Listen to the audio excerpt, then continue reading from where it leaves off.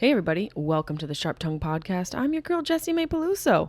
Thanks for coming back. Thanks for listening. Thanks for reoccurring, being a fan, being a listener, supporter.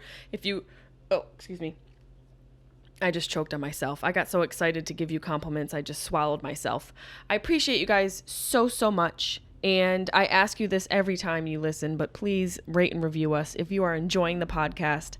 Leave us a 5-star rating, review us, let us know what your favorite part about the podcast is, how it's helped you, how it's affected your life in any positive way. And for any negative comments, I'm open to constructive criticism. Just don't put it on the freaking World Wide Web. Send me a message, have some balls, send me an email, jessimaepelusocomedy@gmail.com, and tell me what your gripe is. I can't guarantee that I will listen to it, but I'm open to it. That's what I'm going to say. If you guys want to watch the podcast, it's available for exclusive early access on my Patreon page. That's patreon.com/Jessimae Peluso. And if you guys want to watch the full episode and also some clips, that's available on my YouTube page as well. youtube.com/Jessimae Peluso.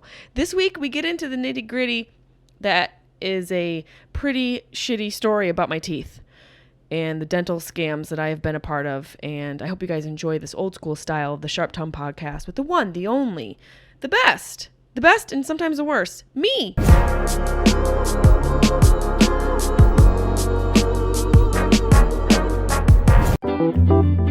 Sharp Tongue Podcast.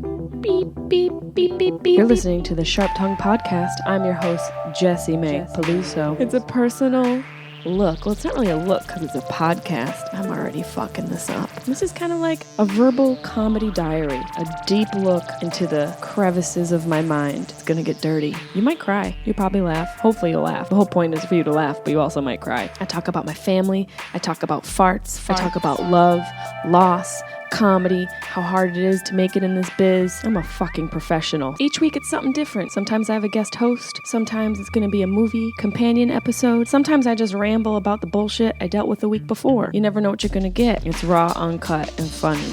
It's me. Hey everybody, welcome to the Sharp Tongue Podcast. And I am in my sister's guest room. You can see there are some pills I probably should put away. Hold on now. I will explain the pills. We'll get to the pills. We'll get to the medication very shortly. How is everybody? How's everybody doing? It's going to be a little rattly here. Let me get adjusted. I don't have a proper setup here, but it is cute nonetheless. This is the bed that I sleep in. Not that you guys need to know that, but this is a very personal studio that we're in. I am in upstate New York.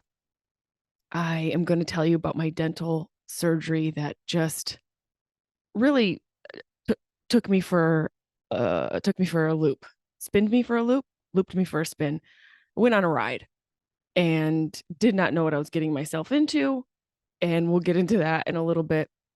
I wanted to give a shout out to this woman, Dr. Kathy Cook, who I sat next to on my plane, on my flight from LA to Syracuse, who was a doctor, a historian, a professor, and she was writing a book about what's going on and how history is repeating itself.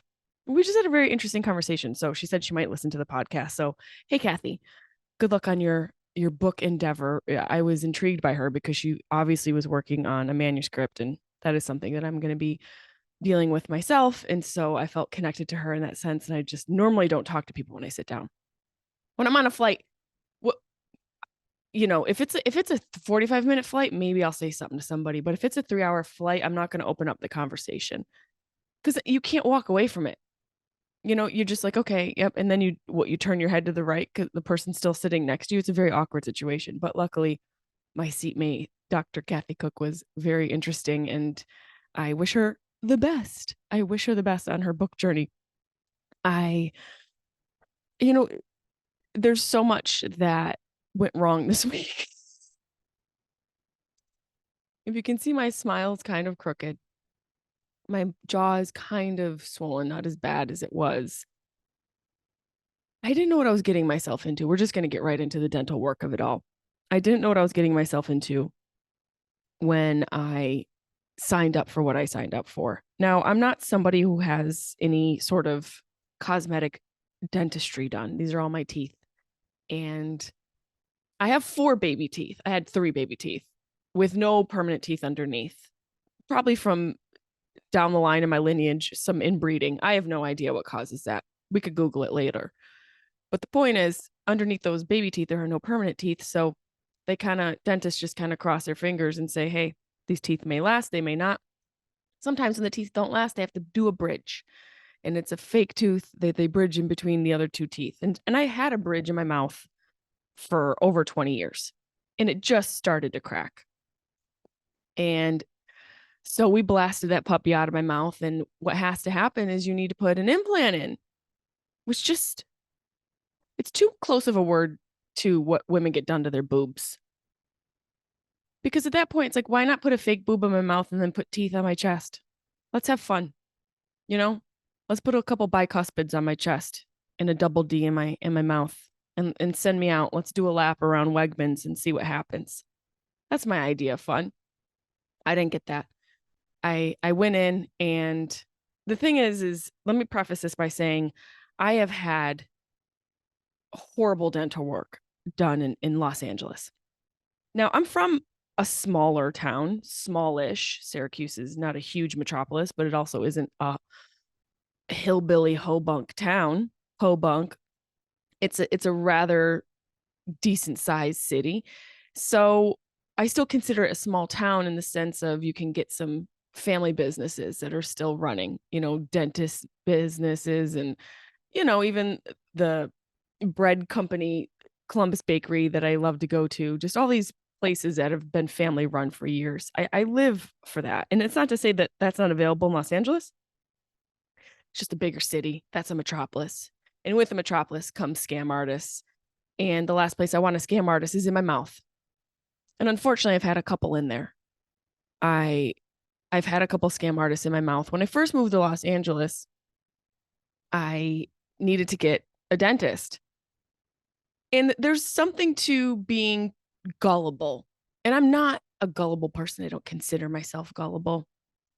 What I do consider myself is someone who sometimes doesn't do the due diligence that needs to be done in order to research a certain area of focus, like a dentist. I think it would behoove everyone to just do a quick background check. Does this dentist have any open lawsuits? How many people have sued this dentist? Does this dentist have an actual degree? You know how many times I've walked into a doctor's office and I've never even vetted the person ever. I don't even Google to see if they actually went to school and got a degree in the specialty for which I am seeing them for. I just have hope. I just have faith. And I think that costs a lot of people. And it did cost me. It cost perfectly good teeth in my mouth to be drilled into in Los Angeles. And when I went to this dentist, I just trusted her in Los Angeles on Main Street in Santa Monica. I wish I could remember her name because I would definitely put her on blast because she for sure is a drill happy whore. And I say that very respectfully. She drilled into good teeth. And for that, we can make a little voodoo doll for her, a little Main Street voodoo doll. I went into her office, and the one thing I will also say about all this is, luckily, we have very good teeth in my family. We don't have adult cavities. The only time my sister had adult cavities is when she was pregnant, which is sometimes common. And we have good teeth. We have strong enamel. I should put that on my dating profile. Long walks, strong enamel, can bake, will bake for love.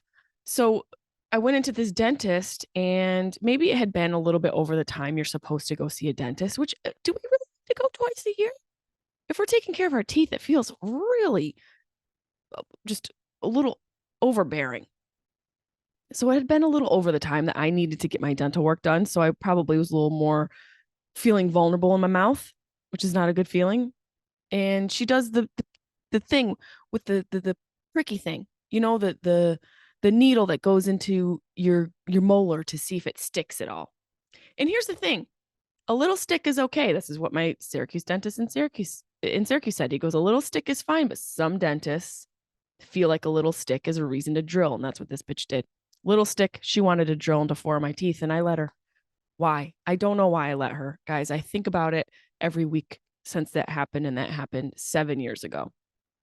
I think about it every week because I know she drilled into perfectly good fucking teeth. And I just let her do it. I let her do it. She also got away with it because we had to extract a tooth that looked like something from Jurassic Park. This happened one time. I went to the dentist once and I had to get rid of a zombie tooth. That's right. I had a zombie tooth in my mouth. It was the last of us in the back of my jaw. And this tooth looked like the thing that the man who created Jurassic Park had on the end of his walking stick. The amber stone with the mosquito in it. That's what my tooth looked like. It looked like a fucking dinosaur fossil. And who knows how long it had been in my mouth. It was just all the way in the back. No one even knew it was there. It was just back there taking up residency, chilling, being a fossil in my head. And we had to yank it out. And I asked her if we could keep it. And she said, no one should keep that. It is going to be sent out to space. It's not even going to be sent out to a lab. We are going to send it out to space because it shouldn't be here on Earth. That thing is an alien. So I basically had an alien.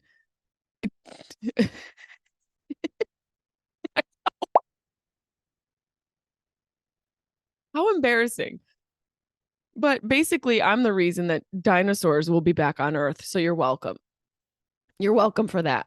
That tooth was so brutal. Oh my God. It literally looked like a fossil. It looked like the sort of thing when you're walking along the beach and you pick up a rock and you see the imprint of the seashell, the fossil.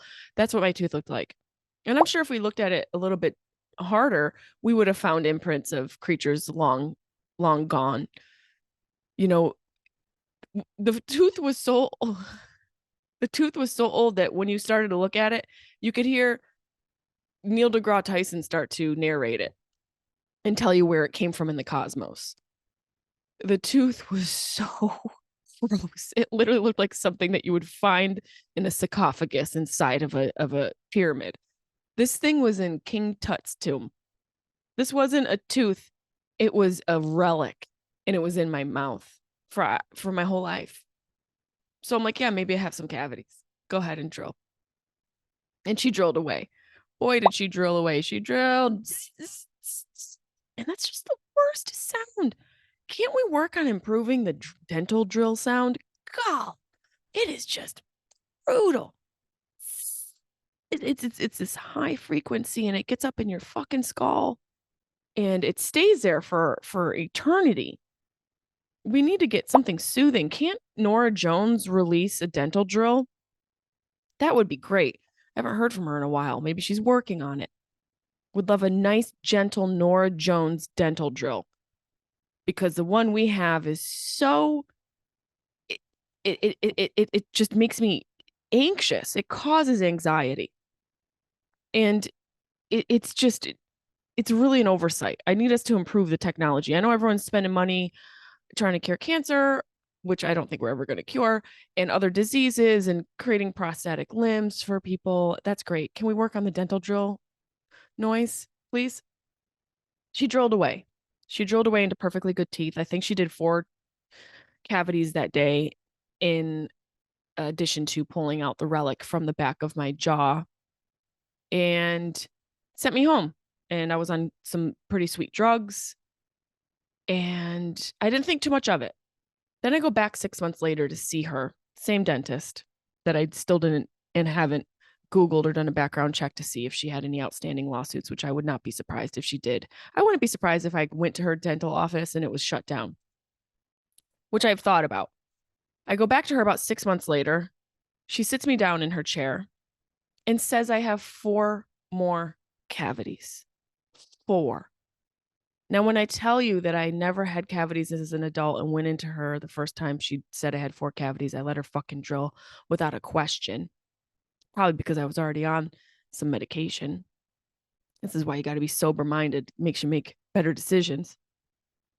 I go into her second time. She says 4 cavities. And here's the thing.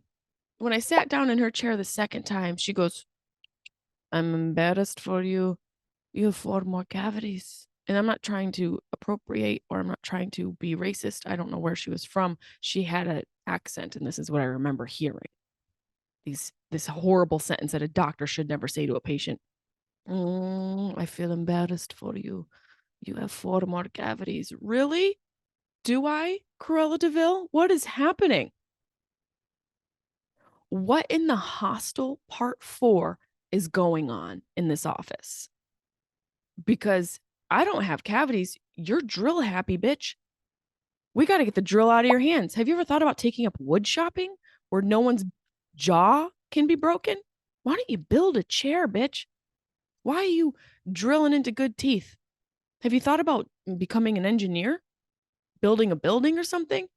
Why don't you become a construction worker? I think you got into the wrong line of work. The long line of work.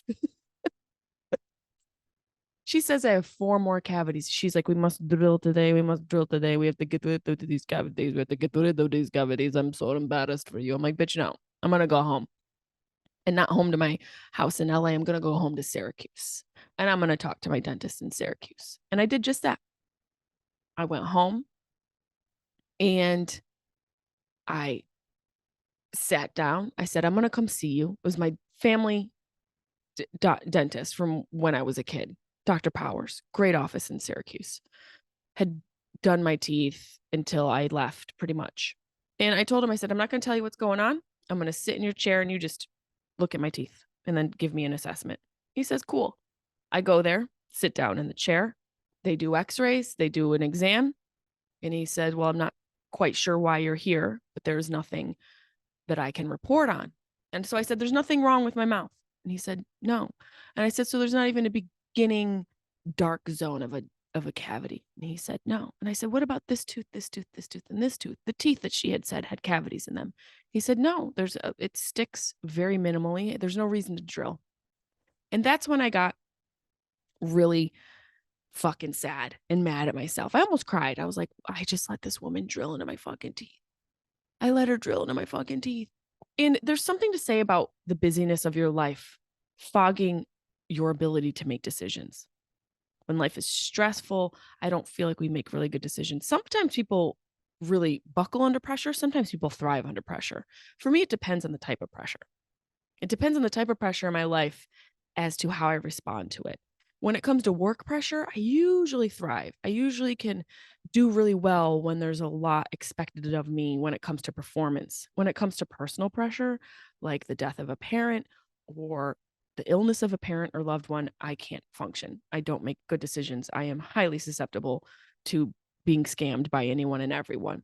And we've talked about it on this podcast in the Grief Survival Guide series, where I talk about the danger of dealing with grief, because grief leaves you so vulnerable.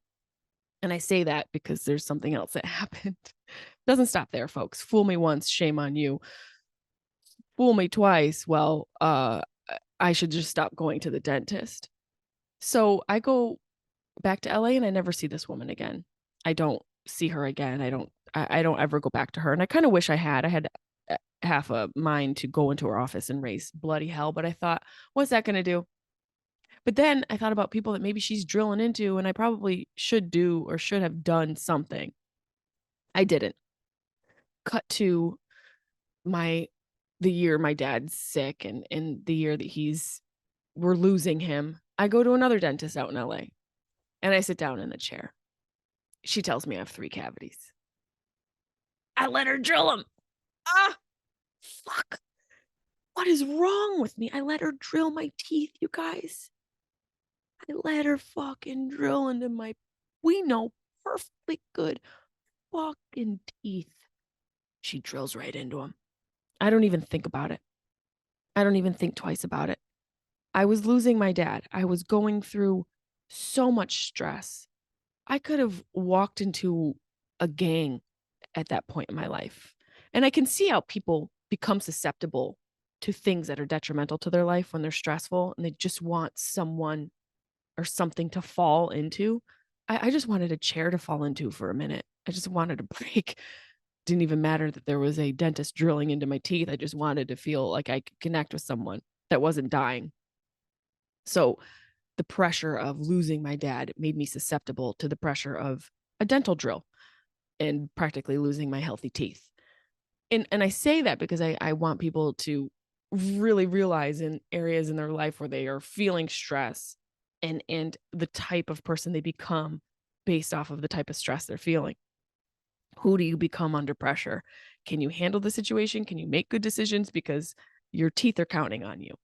And I wish I had this information prior to everything, but you live forward and learn backwards. Unfortunately, we're all Benjamin Button, or maybe we wish we were. I don't know. I wouldn't want to die a baby. But then again, if I were what was her name? Kate Blanchett, and Brad Pitt showed up at my door as a 90-year-old 8-year-old, I'd probably hang around for a while to see what happened. I probably would. I'm not going to lie. So yes, I did have 2 dentists in LA drill into perfectly good teeth. I think about it often. I'm very upset with myself. And so because of that, I have made a pact with myself that even though I probably could find a really great dentist in LA, I refuse to.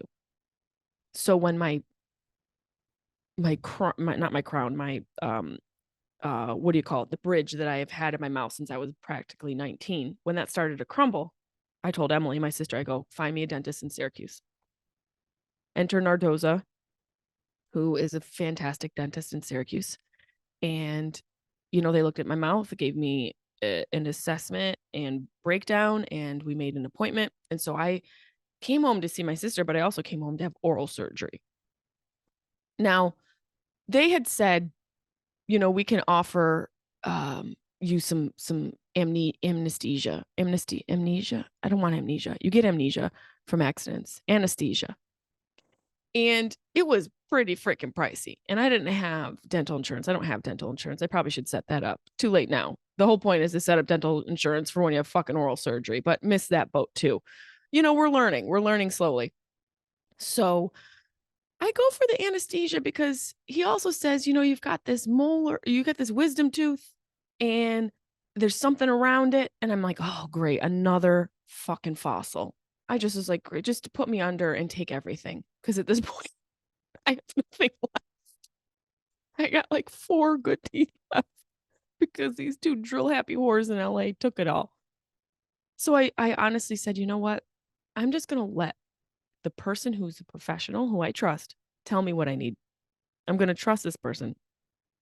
So I said, give me all the drugs, knock me out, take my teeth, and just wake me up when I'm, give me teeth that every woman on TLC has. I just want those, give me the chiclets, give me a front row of chiclets, slap them in, howdy doody style. Just give me big old bachelorette teeth. I want just the teeth that every girl gets in LA. It looks like, 4 Monopoly houses lined up. Give me those. And just don't even worry about the bottom row. Who's looking there? No one's looking there when you got that ridiculous veneer up top. Just slap up the top row and send me home. So then when I was in LA, before I came home, thinking about, well, I don't know if I want to go under. I was worried about going under because I'd only gone under once in my entire life, I'm pretty sure. I had this is a whole dental episode. I had to get a frenectomy. Anyone out there ever have to get a frenectomy? So I was born with buck teeth. This is starting to sound like a Shania Twain album. I was born with buck teeth and I had the skin in between my 2 front teeth that was like a punching bag. It looked like the thing that Rocky practiced on in between my 2 front teeth. The frenectomy is the surgery to get rid of that. That's the only time I had ever been put under. I was like 8. So I've been very lucky where I haven't needed any procedures that required me to go under. So I'm like, I don't want to go under. I was so worried and so concerned. So I call them a week before I come back and I go, you know what? Let's take away the anesthesia. Just give me local. I'll just take give me the needle. Blast me up in the jaw with a needle. I'll be good. And they're like, so you just want local? And I said, yes. They're like, okay, come in at 8 a.m. for local. So I get there. This was last week. And you can kind of see if you're watching the video, my smile's crooked. My jaw's a little jutted out and I probably sound a little bit weird. Maybe not. In my head, I feel like I sound weird because my jaw is all jacked up. I sit down and I'm thinking I'm just getting Novocaine. Now they start setting up an IV and I'm like, oh, this is a different type of Novocaine. This is where you need to ask questions. I didn't ask any questions. Then she's taking my blood pressure and I'm like, okay, this is different. I don't know why they're taking my blood pressure. Like, obviously they're setting me up to put me out. And I guess they just saw me and thought she doesn't know what the fuck she's talking about, doesn't realize the extent of what she's about to get done. We're going to have to put her under. So they set up the IV, put it in. They plug me into it in my arm. The thing that really kind of bothered me is no one gave me a countdown. Can I get an anesthesia countdown? If I'm about to almost die, if I'm about to go under and have some sort of semi psychedelic experience, I need a countdown. Give me an anesthesia countdown. Just let me know that it's coming. And so that when it happens, I don't think I died. Because what happened is I thought I died. I thought I for sure died in that chair. Because I do have a little bit of an arrhythmia. And I thought, oh my God, what do they know about my arrhythmia? What about the anesthesia? What if my heart just stops? And then I'm like, gah, and I go under and I have a fucking psychedelic experience.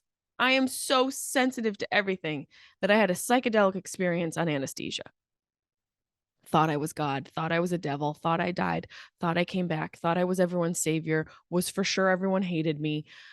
And then I woke up in the middle of being under. Who does that happen to? Only me. I woke up while I was under. I don't think that's medically possible. I'm a fucking anomaly. I have fossils in my mouth and I sing during anesthesia. I don't belong here. The doctor said I was singing along to Phil Collins and Whitney Houston. At least I have good taste. I do kind of remember giggling and laughing so hard. And I do remember singing, yeah, like,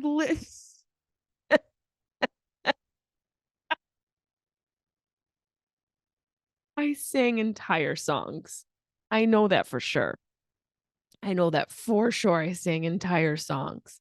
And I do remember being under, and I don't even know that it's possible to be awake and talking while people are doing oral surgery, but leave it to me to be that type of person. I'm a dental enigma.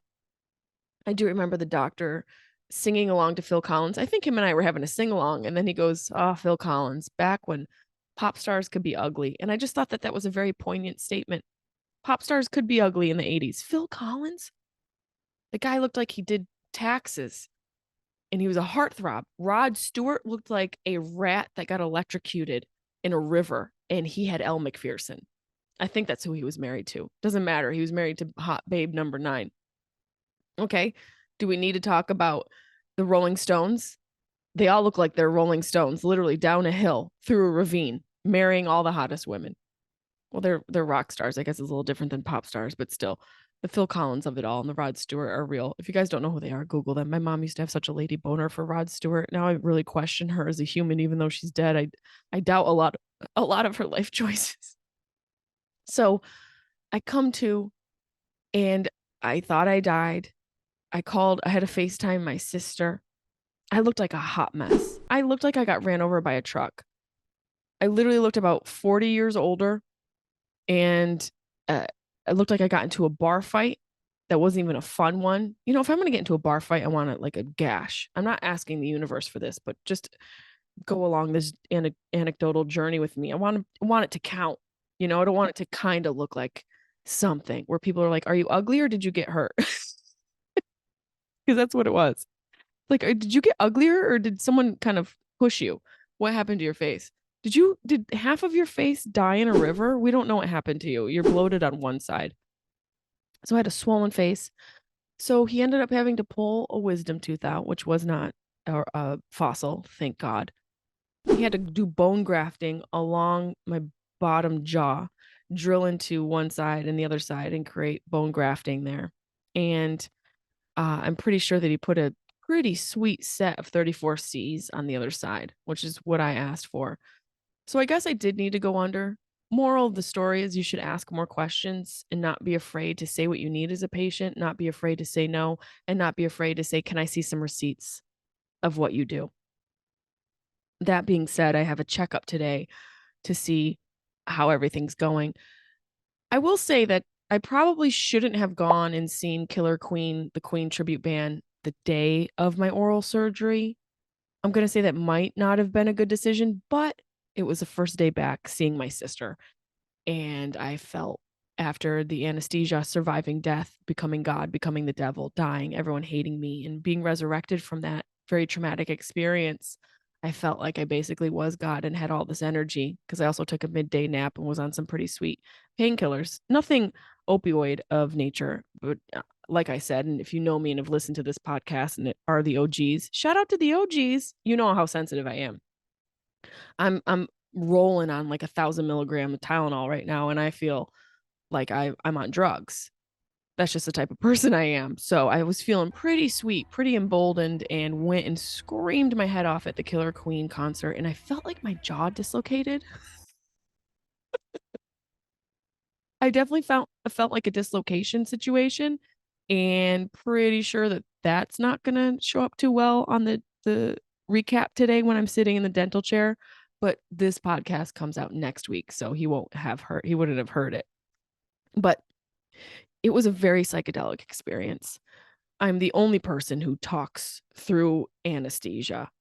And there you guys shouldn't be going to the raves anymore. Don't go to clubs, don't go to bars, go to the dentist office. They got the best drugs. They got the greatest drugs. The fact that they can just knock you out in the dental chair and then your sister just comes, picks you up, and you go to Wegmans for a couple hours and then you get to go see Queen. I was living my dream. Living the dream. So I'll let you guys know what the dental recap is.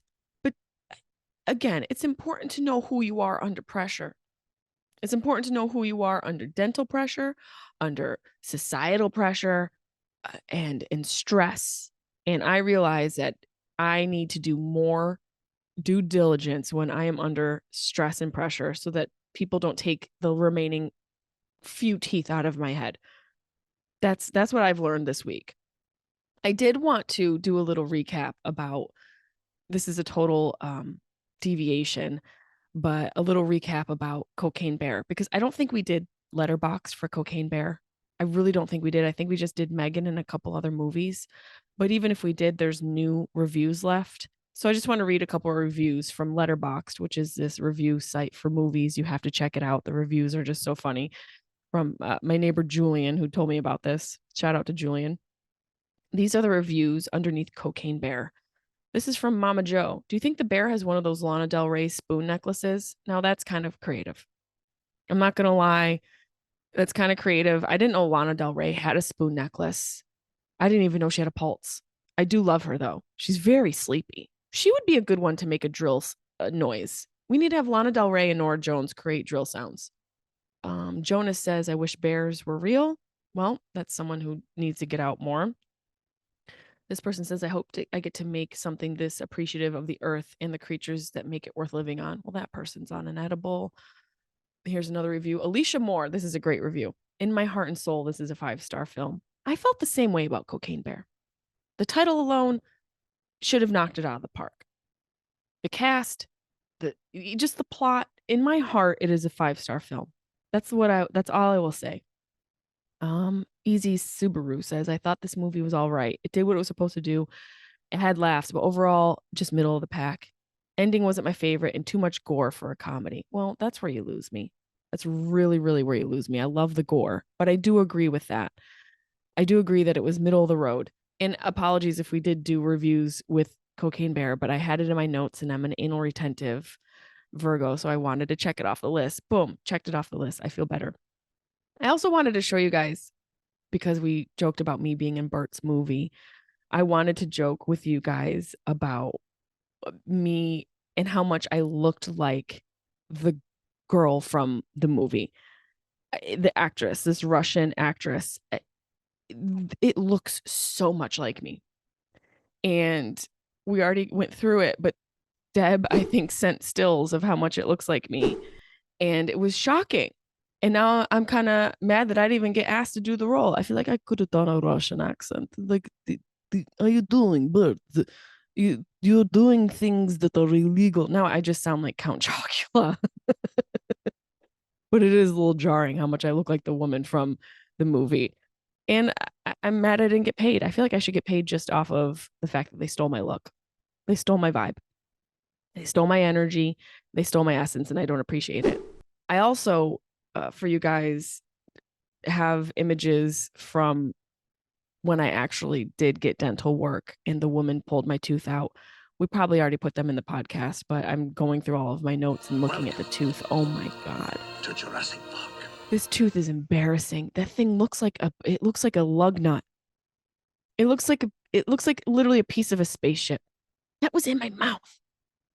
How did that where did that come from? I remember my old managers used to like talk shit about me. Like, you got a gray tooth and you got to do something about that. You got a zombie tooth in your head. And I thought, how rude. But now that I'm looking at me holding it, it's really embarrassing, to say the least. I don't think this is going to fare well for me out on the scene. Just showing people my dental work. I really should have thought about this one again. I really should have considered this. Let's do some Maybays before we get out of here. And if you guys ever want to call into the podcast, it's 513-916-0930. That's 513-916-0930. Give us a call. We'll play your voicemail. But I'm gonna read some emails from people. Eileen Miller says, "You are my favorite podcaster. I love your sense of humor. And when I'm listening, I'm always doing a spit take. What in the Chronicles of Narnia?" That's right, about Dashel last week. Like, literally, what in the Chronicles of Narnia is a Dashel? I have no idea. I laugh at your podcast like I used to laugh at. Well, we won't say his name. I don't want to throw people under the bus, but she said she laughs at my podcast like she used to laugh at somebody else's podcast. She still likes this person, but he doesn't come with the silliness like he used to, and you bring it. Thank you for brightening our day. A. Miller. Thank you so much. I appreciate that. You know, I love to do the grief survival guide. I love to do Dr. Peluso, and these are the old school rants. And someone messaged me on Twitter saying we miss the rants. So I want to give some more of the rants, and I miss doing the rants as well. It's more fun to sort of just go through everything off the top of my head, even though I do notes. I've always done notes because I'm a Virgo, but I do like to just rant about everything that goes on. I think you guys can relate to that. Richard Bourbon says, "Love your comedy and podcast. Remember, Fruity Pebbles are Fruit Loops shrapnel and Kicks are balled up honeycombs." My mind got blown when I read this. Fruity Pebbles are Fruit Loops shrapnel. By the way, Fruit Loops shrapnel would be a great cereal. Why is that not in the cereal aisle? And Kix was bullshit. Let's be honest. Kix was styrofoam with a sprinkle of sugar. Kix can go fuck itself. It was the worst cereal. Nothing. It was like cereal. It was like diet cereal, which is oxymoronic. If we're going to cereal, we're going to cereal. Why are we in this aisle? It's either chocolate chip cookie crisp or nothing. I'm not getting muslexy, whatever that cereal is. It looks like it's from a bird feeder, bird suet. I'm not doing that. Okay. So we're going to go ham or we're going to go home. Thank you, Richard Bourbon. I feel like we have another one. Diana Brown says, "What in the Chronicles of Narnia is a Dashel? You are a funny fucker, lady. Laughed for at least 10 minutes. You guys really resonated with the Dashel of it all. I know somebody else messaged me about Dashel. I'm sorry that I can't find where your message was, but I think somebody else said something about the Dashel. Oh, somebody told me that there was actually a person named Dashel. Oh, I wish I could find this. I thought I took a screen grab of it. Let's see. No, I thought I did. If you're listening to this podcast and you sent me the message about there being a real Dashel, it was like a famous Dashel. That's right. Okay, let's see. Famous Dashel. I remember this person sent me a link. Let's see. These are last names. Famous Dashel wearer. Nope. I can't find it. If someone remembers who sent that to me, please send it back. Please resend it, because it was a message about who there being one Dashel in the world.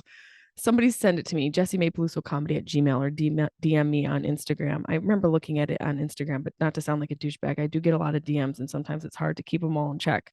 And I thought I'm usually pretty good at screen grabbing them, but I guess I just didn't screen grab this one. Damn it, Dashel. And if you don't know what we're referring to, I do these overheard at the farmer's market, and I haven't been to the farmer's market, so there's no new one this week. But what kicked it off was I overheard one time at the farmer's market, this woman said, Dashel, don't put that in your mouth or you'll choke. And my whole point was, let Dashel choke. There's nothing he's going to do in this life that's going to be good for anybody. And this person made me stand corrected. Apparently there was one famous Dashel. So if someone could send that to me, that would be lovely. And come see me live. I do have tour dates out. I'm going to be, let's see, my tour is kicking off at the Everett Theater in Everett, Washington, 420. I'll be at Cap City Comedy in Key West, Florida, the 21st, 22nd, 23rd. I'm also going to be in House of Comedy in Edmonton, the 4th, 5th, and 6th of May. I'm also going to be in, let's see, we got a lot coming up. Italy. Not doing shows, just relaxing and maxing. I'll be in Pittsburgh. I'm going to be in Chicago the 21st and 22nd of July. Ton of dates coming up, and we're adding some more to the site. The tour is live. It's going to be jessimae.com/tour. Thank you guys so much. I hope you had a great week. I'll let you know what the dentist said, and hopefully people stop drilling into my mouth, or at least I let them stop drilling. That is, unless another fossil shows up.